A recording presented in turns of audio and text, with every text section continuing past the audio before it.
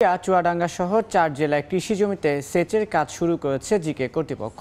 আগামী অক্টোবর পর্যন্ত এই কার্যক্রম চলবে জানানো হয়েছে। এই মুহূর্তে কুষ্টিয়ার জিকে সেচ প্রকল্পে এলাকায় আছেন রিপোর্টার এস.এম. রাশেদ। সরাসরি যাচ্ছি তার কাছে।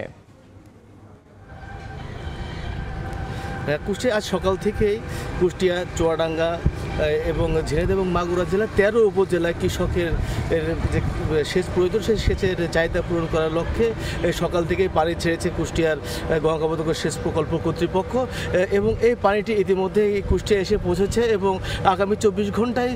যে ৪টি জেলা রয়েছে এবং ১৩ জেলায় কৃষকরা পাবে বলে আমাদেরকে জানিয়েছেন কুষ্টিয়ার জিকে সেচ প্রকল্পের যে নির্বাহী কর্মকর্তা আছে তিনি আরও জানিয়েছেন যে এবার কিন্তু আসলে নভেম্বর এবং ডিসেম্বর মাসের মাঝামাঝি অবস্থান পর্যন্ত কিন্তু পানি দিবে, যেটি এই মৌসুমে যতটুকু প্রয়োজন কৃষকের সেটি কিন্তু মেটাতে পারবে বলে আমাদেরকে জানিয়েছেন গঙ্গাবদ্ধ সেচ প্রকল্প কর্তৃপক্ষ। এছাড়া আমি কৃষকদের সাথে কথা বলেছি, এই কৃষকরা জানিয়েছেন যে আসলে এই মুহূর্তে এখন তাদেরকে প্রচুর পানি প্রয়োজন, কারণ আর কিছুদিনের মধ্যেই কিন্তু ধানের যে ফলন সেটি কিন্তু গাছে আসবে এবং ধানের যে চারা রয়েছে সেই চারা কিন্তু এখন হৃষ্টপুষ্ট করার জন্য এই পানিটা খুবই প্রয়োজন এবং এখন কিন্তু পর্যাপ্ত পরিমাণ পানি বিশেষ করে ধান খেতে জমা রাখা লাগবে শুধুমাত্র এই ধানের যাতে ভালো ফলন হয় এই কারণে। এছাড়া এইটি যেহেতু কৃষি এই কর্মকর্তা আমাদেরকে জানিয়েছেন, যিনি কৃষি কর্মকর্তা রয়েছে কুষ্টিয়ার, তিনি আমাদেরকে জানিয়েছেন যে এটি যেহেতু পদ্মার পানি এবং এটি কিন্তু পলিযুক্ত পানি এবং এই পলিযুক্ত পানির কারণে কিন্তু সারও কম লাগবে কৃষি জমিতে, যার কারণে কিন্তু এই যে অঞ্চলে যে ১৩টি উপজেলার কৃষকরা কিন্তু একটি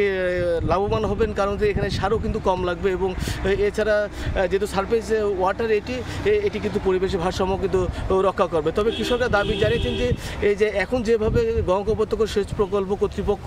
পানি দিচ্ছে, এরকম পানি যদি সারা বছর যায় তাহলে কিন্তু এই যে জমিগুলো রয়েছে গঙ্গাবদ্ধ সেচ প্রকল্পে সেখানে কিন্তু 3বার কিন্তু ধান উৎপাদন করা সম্ভব বলে জানিয়েছেন আমাদের এই বিশেষ করে গঙ্গাবদ্ধ সেচ প্রকল্প এলাকার কৃষকেরা। এবং কৃষকরা যদি দাবি জানান যদি 12 মাসই পানি থাকে তাহলে তারা কিন্তু এখানে 3বার ধান উৎপাদন করতে পারবে এবং এই 3টি জেলা কিন্তু খাদ্য উদ্বৃত্ত জেলা হিসেবে পরিণত হবে এবং ইতিমধ্যেই কিন্তু কুষ্টিয়া খাদ্য উদ্বৃত্ত জেলা হয়েছে শুধুমাত্র এই গঙ্গাবদ্ধ সেচ প্রকল্প এলাকার জন্য। এবং এই গঙ্গাবদ্ধ সেচ প্রকল্প এলাকার কিন্তু কৃষকেরা কিন্তু অতি কম মূল্যে কিন্তু খাদ্য উৎপাদন করতে পারে, যার কারণে কিন্তু তারা লাভবান হয়, কারণ এখানে কিন্তু সেচের কোনো টাকা পরিশোধ করে না কুষ্টিয়া অঞ্চলের কৃষকেরা এবং ১৩ উপজেলার কিন্তু 4টি জেলার কোনো কৃষকই কিন্তু এখানে টাকা পরিশোধ করে না এবং তাদের সেচের যে একটা বৃহৎ খরচ সেটি কিন্তু বেঁচে যায়। তবে এখানে গঙ্গাবদ্ধ সেচ প্রকল্প কর্তৃপক্ষের যে নির্বাহী প্রকৌশলী আছে তার সাথে আমি কথা বলে তিনি আমাদেরকে জানিয়েছেন মূলত প্রধান খাল, শাখা খাল এবং সেচ খালের মাধ্যমে কৃষকদের কিন্তু এবার সেচ দেওয়া হবে। তো কুষ্টিয়ার গঙ্গাবদ্ধ সেচ প্রকল্পের কৃষকের মাঝে সেচ দিয়ে এই ছিল আমার কাছে সর্বশেষ। এতক্ষণ সরাসরি যুক্ত ছিলাম কুষ্টিয়ায়।